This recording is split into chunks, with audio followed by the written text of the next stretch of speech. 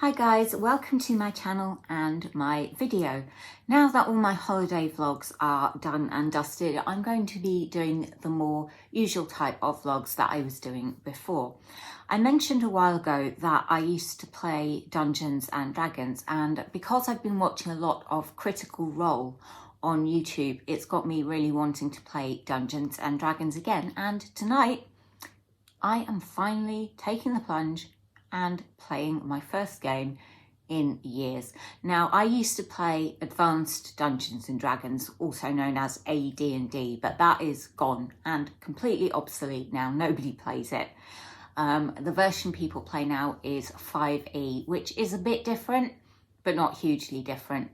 So the group I'm in tonight, they are all based in Scotland, but it is going to be an online taster session and it's going to run over a few weeks, and we're basically going to have the Dungeon Master or DM take us through creating characters and the basics of the game, play a couple of sessions as well. So it should be good fun, and once that's done, hopefully I'll be able to find a longer term campaign to join.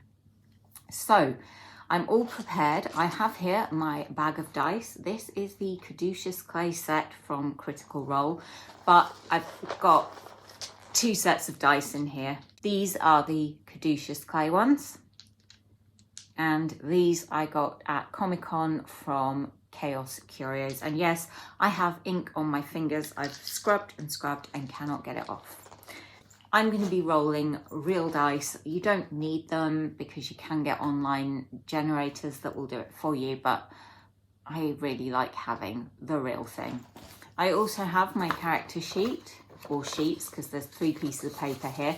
And then finally, the Bible, which is the player's handbook. I do want to play a rogue, so I'm hoping nobody else wants one, because if they do, we might have to roll for it.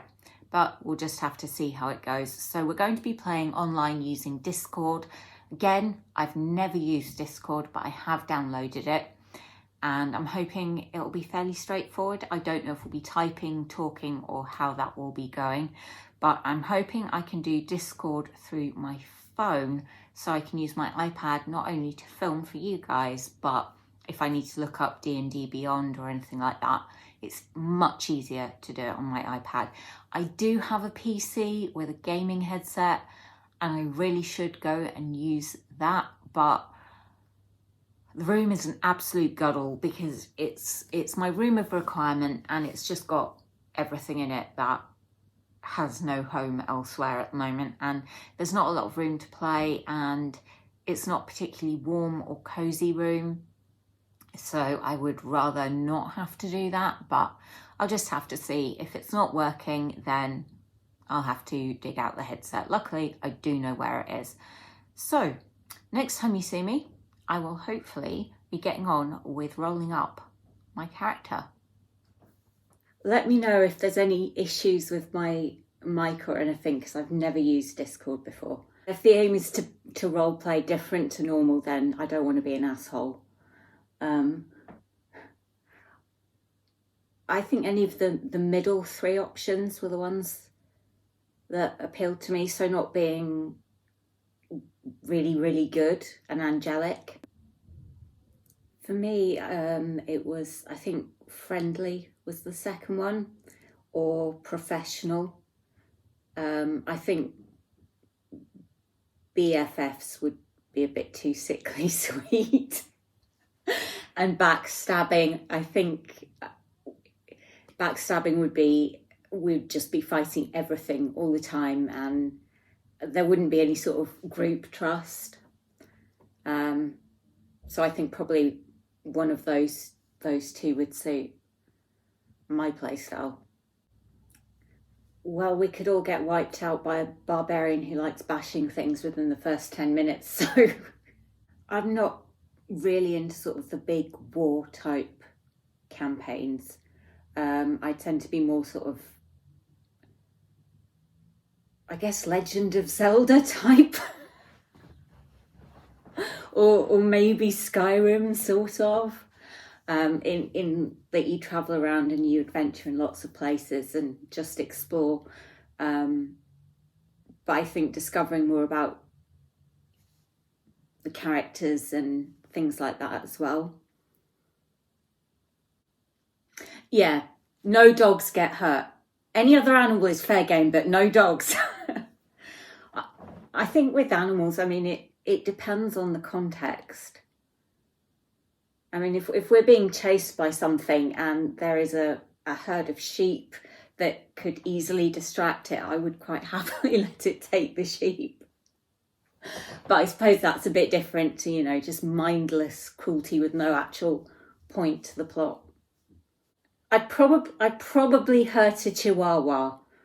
I'd say that's fine because it's the player's responsibility in a way. We agreed that if a player has an animal companion and they send it into battle and it then gets hurt, that's okay, but no cruelty to animals, basically.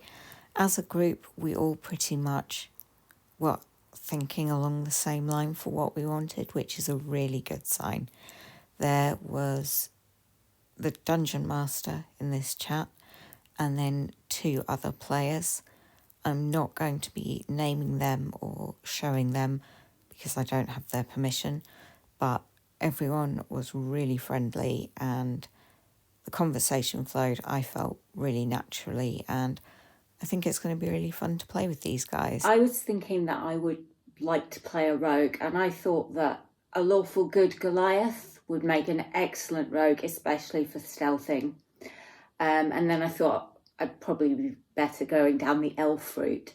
I haven't done what, the lawful good Goliath.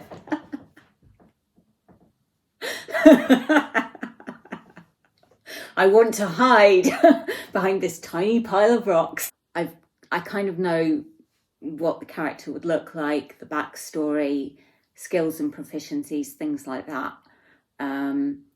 I've never played a rogue before, so it's new to me, but it's the one that appeals most, I think. And this was us having a look at something called Owlbear, which can be used for encounters, and we had a little chance to play around with it. I was able to put an ooze on the screen and type, "I'm an ooze," and move it about, but I wasn't really able to figure out how to do much else, but I'm sure that will come as I play the game and get to grips with it. Didn't even know software like this existed, so it's pretty cool, I think. You may well be watching this thinking, oh my god, how ridiculous, but it's my nerdy side.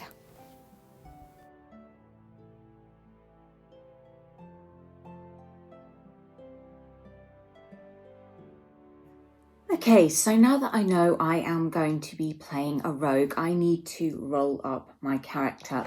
And you do that with a d6, which is your normal die.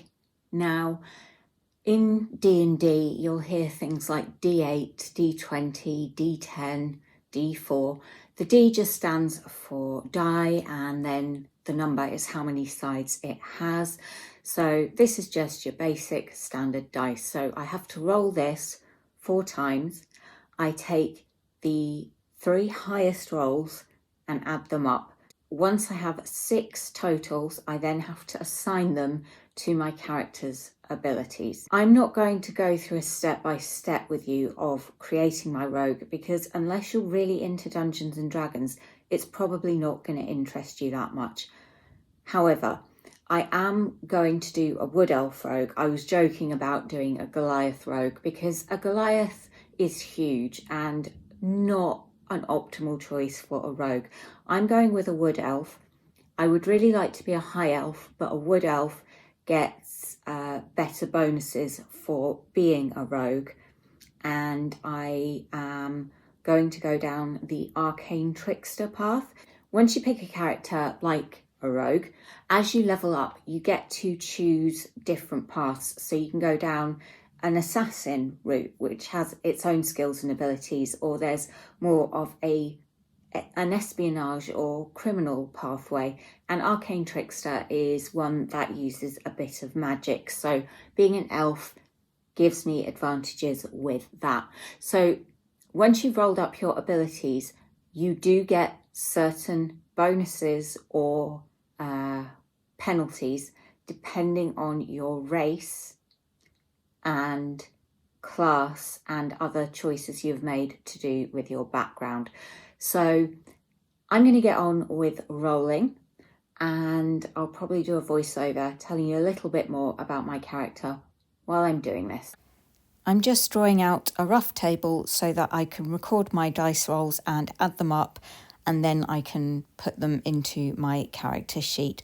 I'm also using the lid of a box as a dice tray because I do currently have a dice tray under construction. Making it myself will probably show that off if and when I finish it, but it just means that the dice doesn't go bouncing all over the place.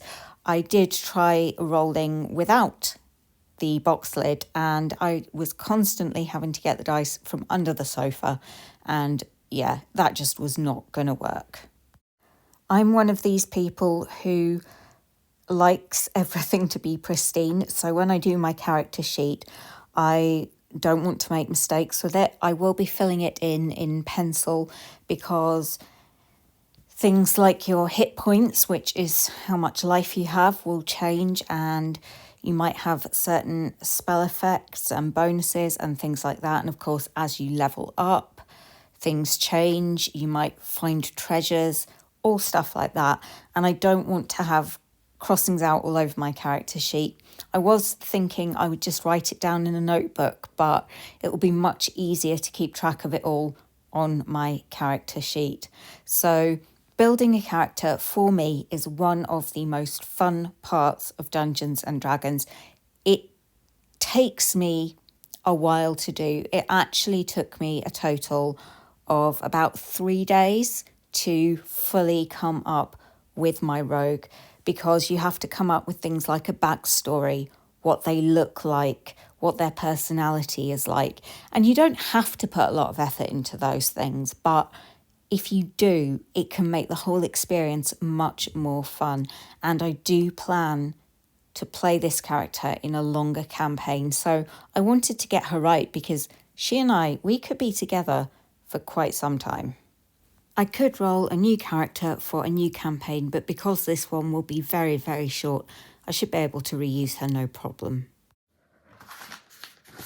Oh my God, guys, I have rolled really, really well. I don't think I've ever had numbers that good on a character roll. Anyway, I'm now crossing out the lowest roll from each set of 4, adding the other 3 numbers together, and that will give me my final total. Rogues do a lot of sneaking about. They like to hide and then attack when they cannot be seen, and there may be a bit of lockpicking and disabling of traps involved as well. So I do think it's going to be a lot of fun. A rogue is not the character I would typically go for. In World of Warcraft, I played a warlock, and previously in AD&D, I was a bard, and they're both spellcasting classes, so quite different. I'm actually in shock. I have rolled 2 16s, 3 15s, and a 13. That is phenomenal. Now I need to assign each of these to the abilities. So we have dexterity, intelligence, wisdom, constitution, charisma, and strength. So for a rogue, the most important of these is dexterity. Most of the things you do are going to be dexterity based, so that is what you want your highest number to be. I have 2 16s, so I will be going for a 16.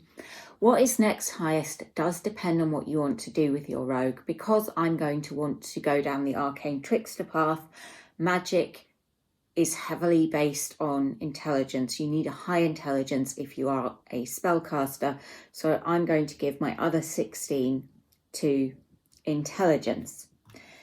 Now, with some classes, there is what can loosely be called a dump stat, and that's a stat where you will just put whatever your lowest roll is because you don't really need it. But with a rogue, you don't really have that. So I now have wisdom, constitution, charisma, and strength. So I have 3 15s, which is amazing. So I'm going to give one of my 15s to constitution.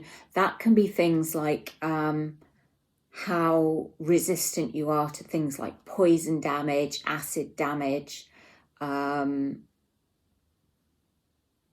ridiculous things like if you drink too much alcohol, that can determine whether or not you throw up. So it can be quite an important stat. I'm also going to give a 15 to charisma because as a rogue, I want to be able to deceive and persuade people, and charisma helps with that hugely.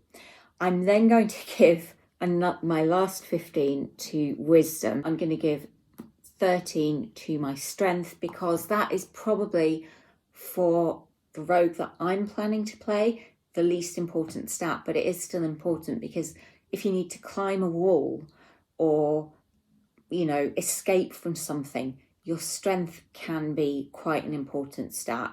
So that's my base stats. I then have to calculate my bonuses and penalties based on my race and things like that.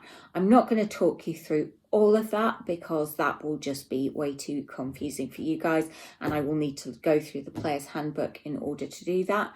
But yeah, unbelievable rolls.